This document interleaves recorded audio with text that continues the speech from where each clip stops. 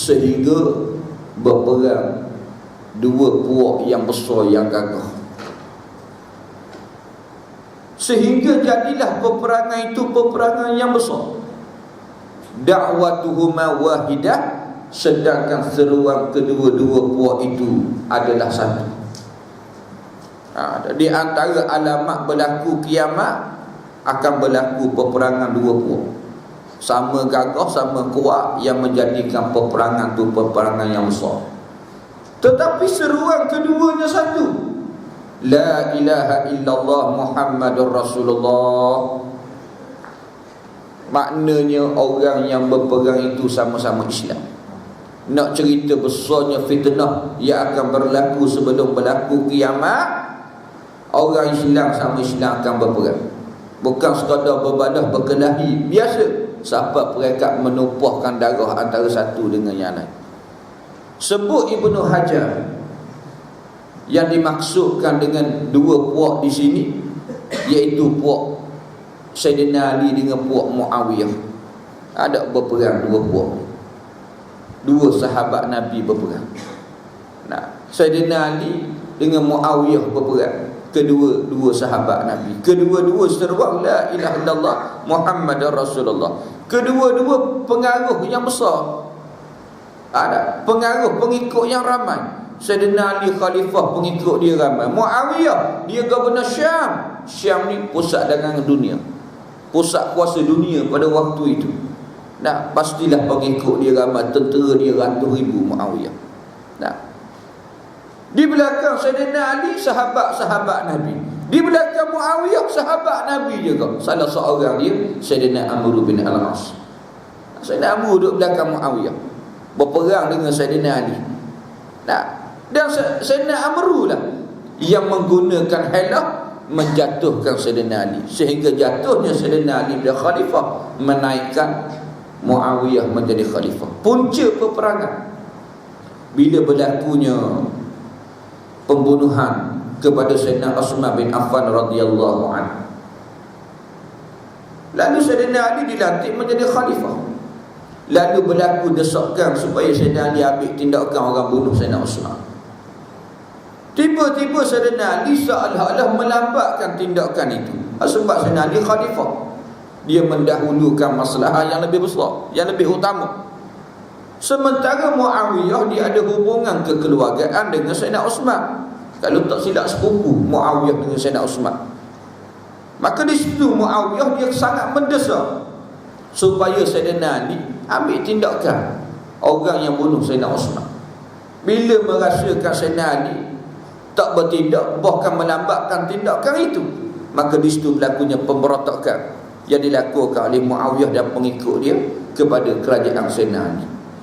Sebenarnya di sana ada peranan orang Yahudi kepada perkara yang berlaku ini. Ada seorang nama dia Abdullah bin Sabah. Dia ni asal Yahudi. Dia masuk Islam di zaman Sayyidina Uthman, dan dia dah yang merancang pembunuhan Sayyidina Uthman.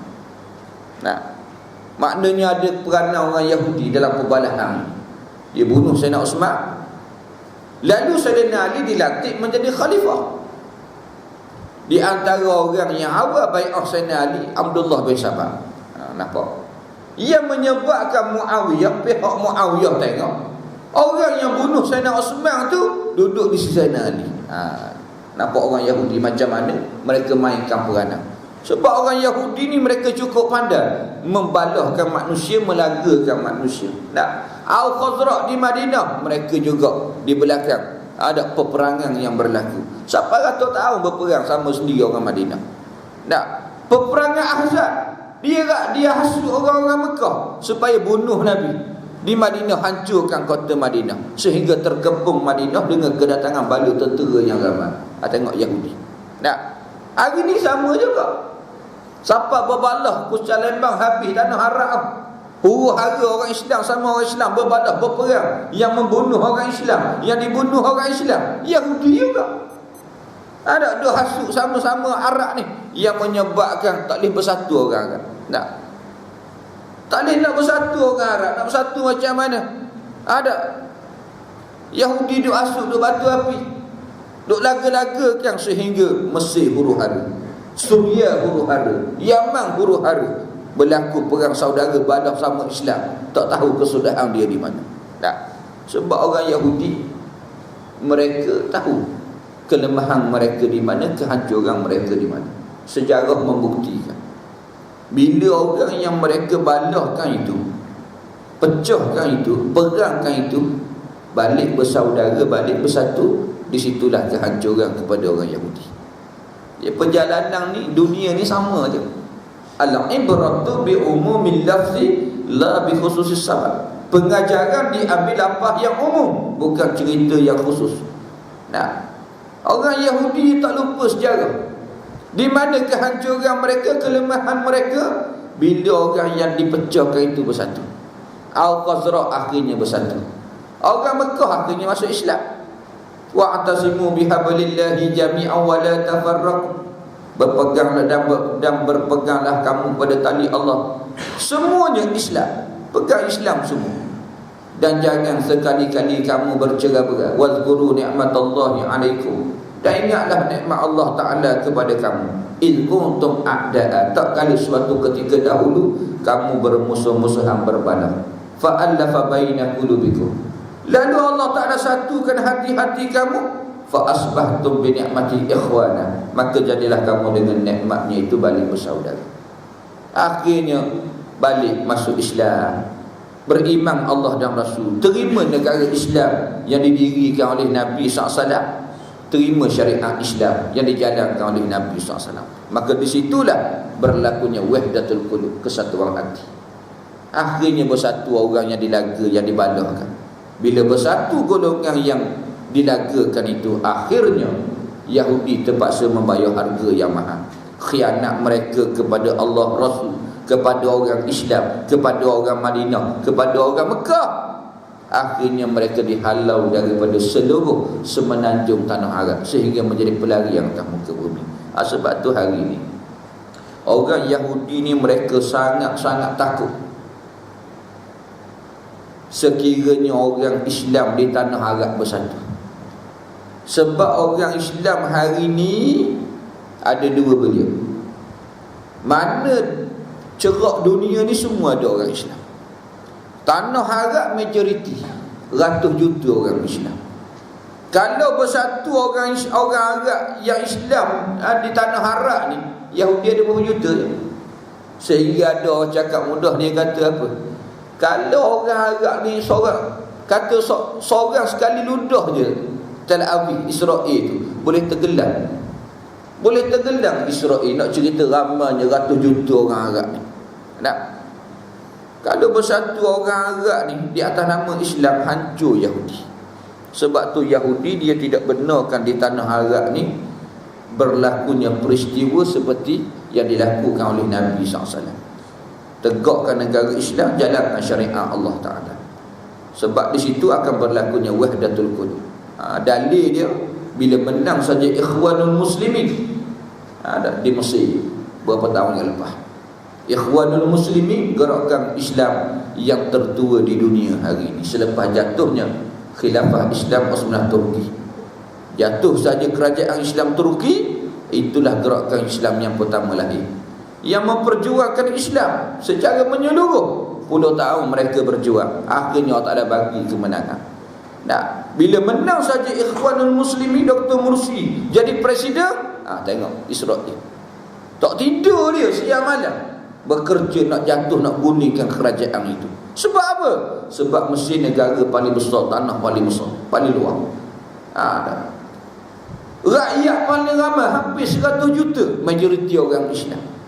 Kalau laksana sungguh Islam, laksana syariat Islam, orang Islam akan nampak Islam, akan hayati Islam, akan balik kepada hablillah, tali Allah Subhanahu wa Ta'ala. Masing-masing pegang Islam yang sama, tali yang sama, jalan yang sama, ajaran yang sama, ideologi yang sama. Maka di situ akan berlaku wahdatul qulub, kesatuan hati. Orang Islam yang bercerai berbalah akhirnya berbaik. Hancur belerai Yahudi.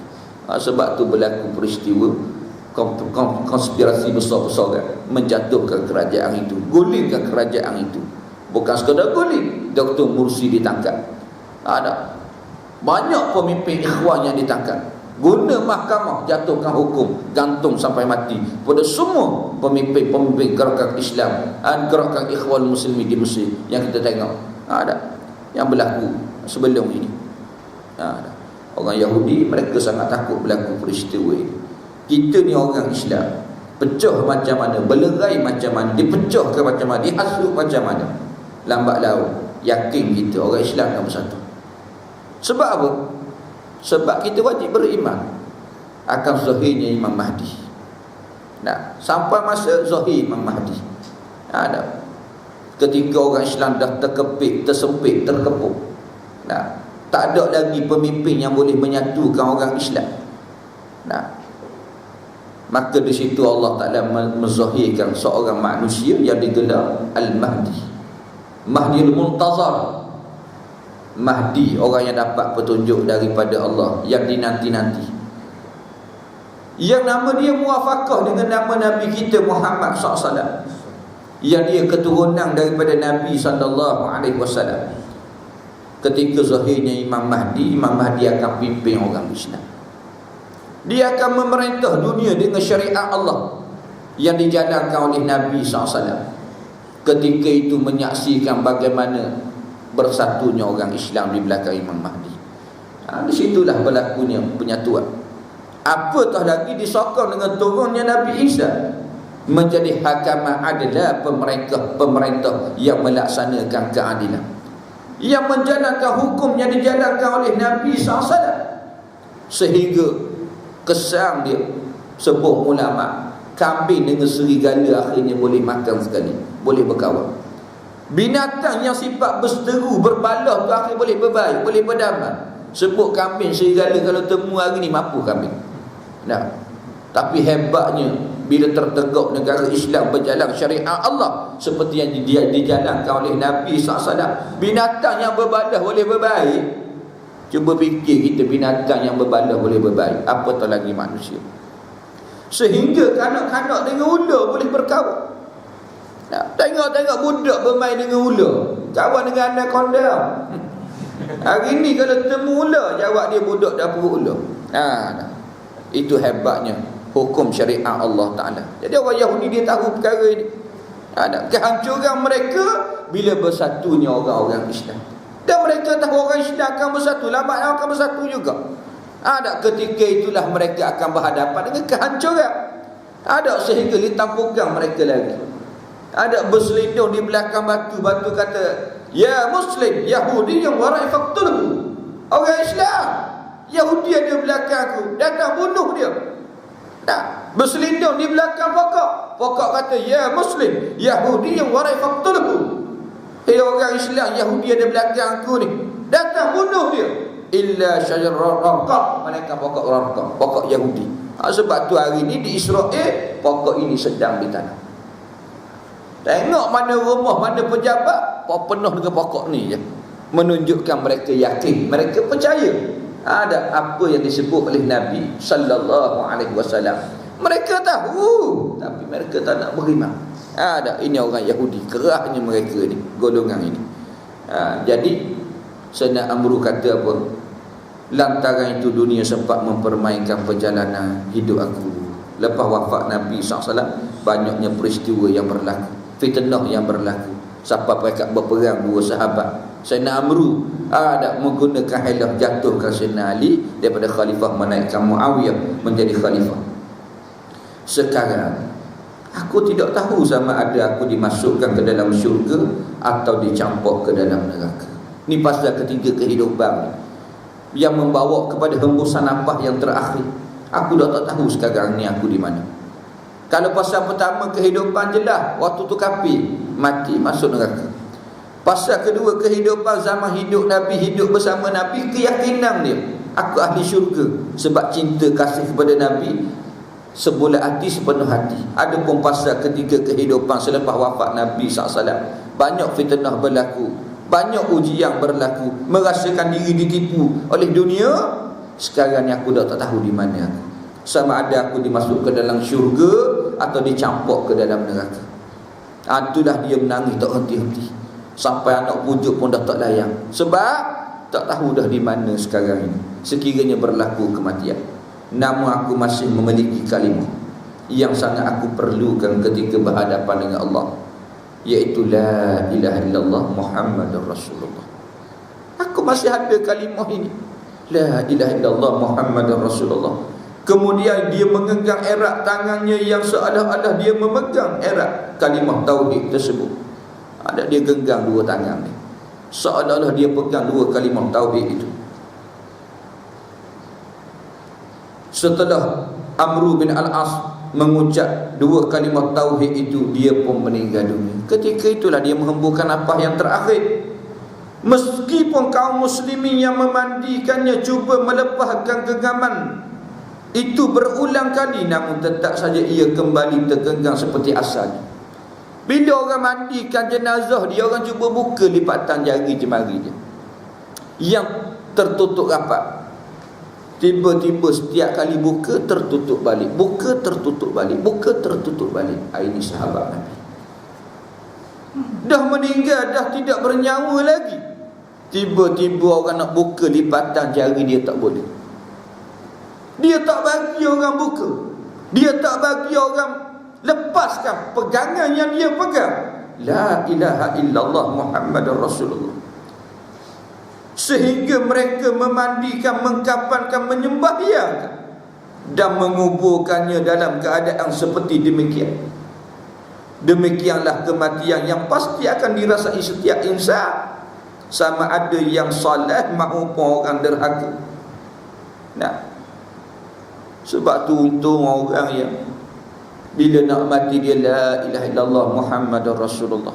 Nabi bersabda, man akhiru kalami la ilaha illallah Muhammadur Rasulullah. Nah, dakhalal jannah, masuk syurga. Orang yang dapat akhir kalam dia la ilaha illallah Muhammadur Rasulullah, masuk syurga. Nah, sebab tu kita nak tidur la ilaha illallah. Nak buat apa? La ilaha illallah, jaddidu imanakum, perbaharuilah iman kamu dengan la ilaha illallah. Nah, kena fikir semua kalimah ini, kena sebut semua selalu kalimah ini. Sebab kalimah ini ada kalimah yang membawa kunci syurga kepada kita. Ada dengan kalimah inilah kita dapat masuk syurga Allah Subhanahu wa ta'ala. Kalimah inilah rahmat Allah Ta'ala bersama dengan kita. Sebut la ilaha illallah, masuk syurga. Kena jaga kalimah ini. Dalam bab ini pula kita akan menghuraikan cerita orang-orang yang lalai semasa berhadapan dan bergelut dengan sakaratul maut. Di sana ada orang, setelah mana kita dengar kisah-kisah kematian yang baik, husnul khatimah, kematian Nabi kita Muhammad SAW, kematian Abu Bakar, Sayyidina Umar, Sayyidina Amr bin Al-As, pengarang dibawa pula kisah-kisah kematian yang lalai, supaya jadi pengajaran, pengaktibaran kepada kita semua. Ketika Mu'az bin Jabal radhiyallahu anhu menjelang kewafatannya pada waktu sahur, ini kisah kematian yang baik lagi ni. Mu'az bin Jabal, dia meninggal pada waktu sahur. Dia berkata kepada anaknya, keluarlah dan perhatikanlah wahai anakku, adakah waktu fajar sudah tiba. Nah, dia uzur, dia sakit, dia suruh anak dia keluar, tengok subuh dah masuk ke belum. Kita nak tengok contoh orang, contoh kematian yang baik. Ada waktu sakit orang tu ingatan dia sembahyang. Nah, biasanya orang yang jaga sembahyang, jaga berjemaah, jaga jaga sembahyang berjemaah masjid surau. Nah, dah jadi tabiat, dah amalan dah perbuatan itu. Tiba-tiba tak lalu uji dia dengan sakit, tak boleh surau, tak boleh masjid dah. Nampak gelisah dia dah, sebab biasa masjid, biasa berjemaah, tiba-tiba uzur, dah tak dapat pergi dah. Biasa orang macam ni, mulut dia apa? Aku dah semayang ke belum? Aku dah semayang ke belum? Aku dah semayang ke belum? Dah, ajar Sayyidina Umar, bila ditikam oleh Abu Lu'lu'ah jatuh, Bila jatuh saja pensang, sekejap sedar, sekejap pensang, sekejap sedar, sekejap pensang. Waktu sedar, apa kata Sayyidina Umar? Aku dah selesai sembahyang ke belum? Aku dah sempurna sembahyang ke belum? Belum, kata sahabat-sahabat. Dah. Bila sedar balik, aku dah selesai ke belum sembahyang? Belum. Ini contoh kematian yang baik. Dah banyak di kalangan kita. Saya sendiri pernah berhadapan dengan orang-orang seumpama ini. Waktu sakit kena angin dia, ingatan dia, bila ingatan dia datang, aku dah sembahyang ke belum? Aku dah sembahyang ke belum? Biasanya orang-orang macam ni orang yang berjemaah, orang yang memang jaga sembahyang sungguh, yang jaga jemaah, yang masjid, yang surau. Allah Ta'ala dah jadikan dia orang yang istiqamah dalam sembahyang. Tapi kalau sembahyang tak jaga, sembahyang sekali buat sekali tak buat, susahlah. Ada waktu sakit, ada nak dapat keistimewaan seperti mana orang yang ada sentiasa jaga hubungan dengan Allah Subhanahu wa Ta'ala. Jadi Muaz, dia kan tanya anak dia, fajar dah keluar, fajar, adakah waktu fajar sudah tiba? Pada waktu subuh dah, subuh dah masuk ke? Anaknya pun pergi keluar melihat fajar, namun ternyata fajar belum terbit sehingga dia masuk kembali ke dalam rumah dan memberitahu ayahnya. Muaz radhiyallahu an berdiam diri beberapa saat, tetapi kemudian dia menyuruh anaknya keluar lagi dan bertanya, keluarlah dan perhatikanlah adakah fajar sudah terbit. Dah keluar ke fajar, dah masuk waktu subuh. Sebaik saja anak melihat dan memberitahu, kemudian memberitahu ayahnya bahawa fajar sudah pun terbit. Maka Muaz radhiyallahu an berdoa kepada Allah, ya Allah, sesungguhnya aku berlindung kepadamu dari pagi yang membawaku ke neraka. Ya Allah, sesungguhnya engkau maha mengetahui bahawa aku tidak mencintai hidup hanya untuk menanam. Aku tidak